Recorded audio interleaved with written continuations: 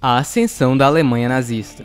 Perto do final da Primeira Guerra Mundial, o imperador alemão foge para a Holanda e a Alemanha acaba virando uma república e se rende. Os soldados, no entanto, não gostaram nada disso e se sentem traídos pelos seus governantes e pelos protestantes, pois, segundo eles, a Alemanha poderia continuar lutando. Com a rendição veio os termos de paz, esse que ficou conhecido como o Tratado de Versalhes, em que basicamente culpava a Alemanha por toda a guerra. Outros países aliados à Alemanha também tiveram que pagar, mas foi bem menos do que ela. No seu caso, ela foi obrigada a reduzir seu exército para apenas 100 mil homens, ceder partes de seus territórios e ainda pagar valores muito altos de reparação para os vencedores, principalmente para a França e para o Reino Unido. Isso deixou a Alemanha em uma situação bem difícil. Logo após o fim da guerra, vários movimentos comunistas começaram a surgir por toda a Europa, muitos deles inspirados na Revolução Russa de 17. No final de 1918, a Baviera se torna um estado comunista. No entanto, o estado não durou muito. Logo no início de 1919, os comunistas são derrubados e a Baviera volta a fazer parte da Alemanha. Porém, o governo estava com medo de algo do tipo acontecer de novo. Então eles contratam um ex-soldado austríaco que lutou na Primeira Guerra Mundial e agora estava desempregado para espionar possíveis partidos que pudessem ser ameaças à Alemanha. Quem era esse soldado?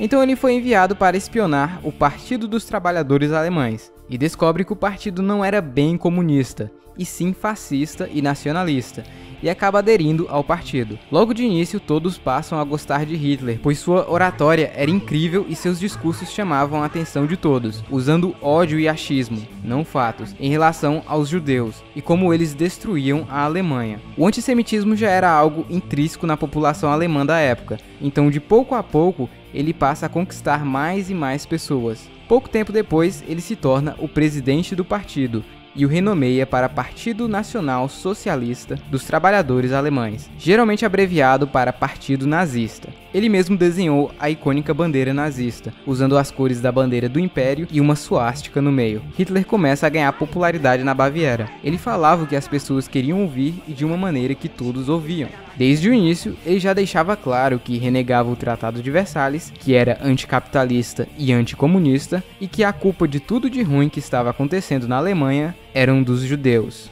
O partido nazista tinha uma espécie de exército particular, ou milícia, chamada de Sturmabteilung, ou SA, que era formada por ex-soldados desempregados. A SA foi ganhando cada vez mais adeptos com o passar do tempo. A nova República de Weimar não era muito inteligente, e como ela não estava conseguindo dinheiro para pagar as dívidas de guerra, ela teve uma ideia genial: imprimir dinheiro. Muito dinheiro.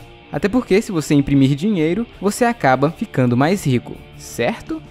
Quanto mais dinheiro é impresso, menos ele passa a valer, o que causa a famosa inflação. Em 1919, um dólar valia cerca de 4,5 marcos alemães. Em 1920, passou a valer 50 marcos. Já em novembro de 1923, um dólar americano valia cerca de 4,2 trilhões de marcos. Um simples pão custava cerca de 2 milhões de marcos alemães. As pessoas passaram a literalmente queimar o dinheiro para se aquecer, pois ele não valia praticamente nada.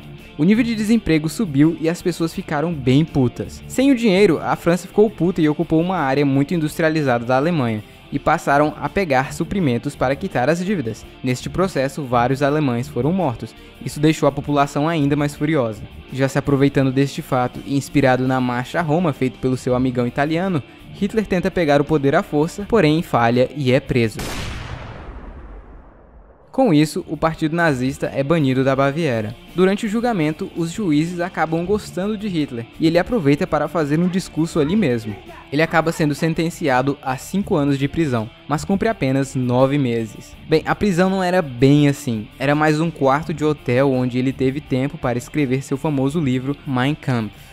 Esse livro causou muita repercussão na época pelo nível de insanidade de Hitler e fez o seu nome ser conhecido por toda a Alemanha. Voltando à Alemanha, com toda essa crise, ela pede ajuda financeira aos Estados Unidos e isso a ajudou por um tempo. Após sair da prisão, Hitler vai para o campo se concentrar um pouco e passa um tempo lá.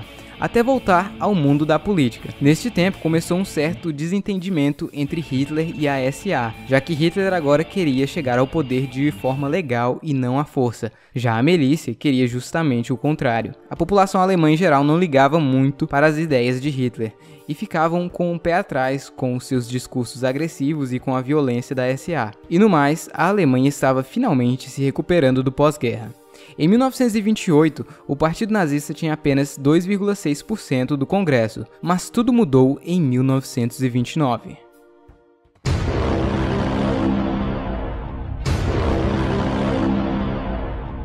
Com a Grande Depressão, os Estados Unidos não podiam mais ajudar a Alemanha. Além disso, eles queriam seu dinheiro de volta. Isso novamente causou uma nova crise econômica na Alemanha, que ainda estava se recuperando. O desemprego aumentou drasticamente e a população sabia que a democracia não estava funcionando. Com isso, os nazistas e os comunistas começaram a ganhar mais força no país inteiro. Já em 1932, o Partido Nazista havia se tornado o maior da Alemanha.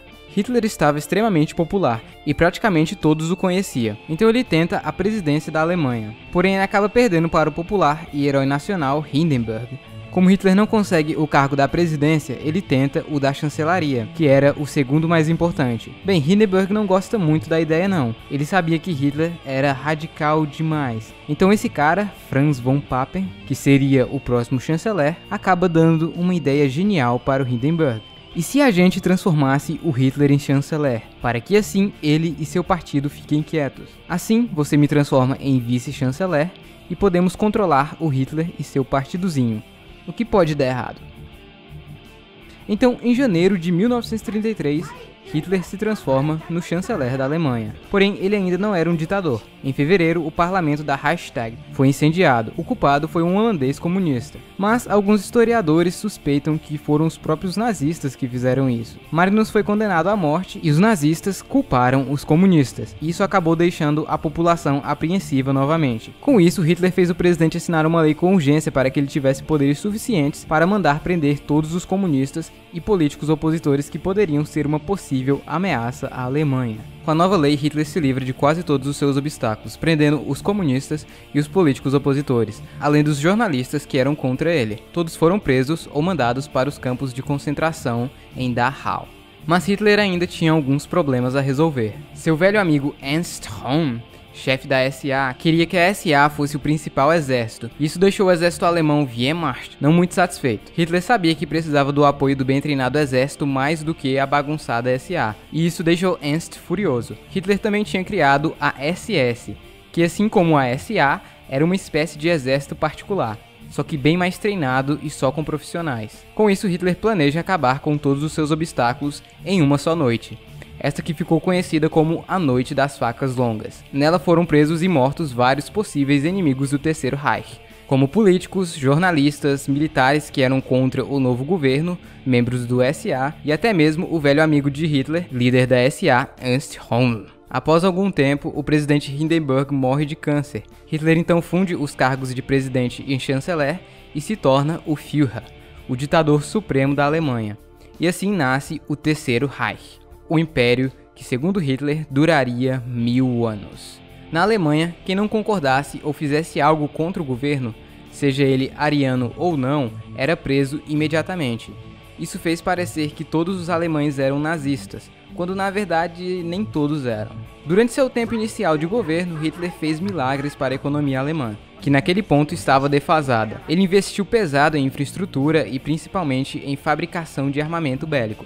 Isso trouxe o emprego de volta ao povo alemão. Em pouco tempo, a Alemanha tinha saído de uma grave crise e se tornado uma superpotência novamente. O povo alemão estava feliz como nunca antes. Hitler era visto como um herói nacional, o salvador daquele país. Enquanto isso, judeus e ciganos que estavam na Alemanha há anos foram cada vez mais perdendo seus direitos. Com o passar do tempo, os judeus que tinham condições acabam indo para outros países. Já os que permaneceram lá tiveram um destino cruel. A partir de 1938, todos os judeus, ciganos e outras minorias foram mandados para campos de concentração, onde trabalhavam até a morte em condições subhumanas. Alguns eram submetidos a experiências médicas cruéis, até que chegou um ponto em que eles passaram a exterminar todos em massa, em câmeras de gás, essa que ficou conhecida como solução final.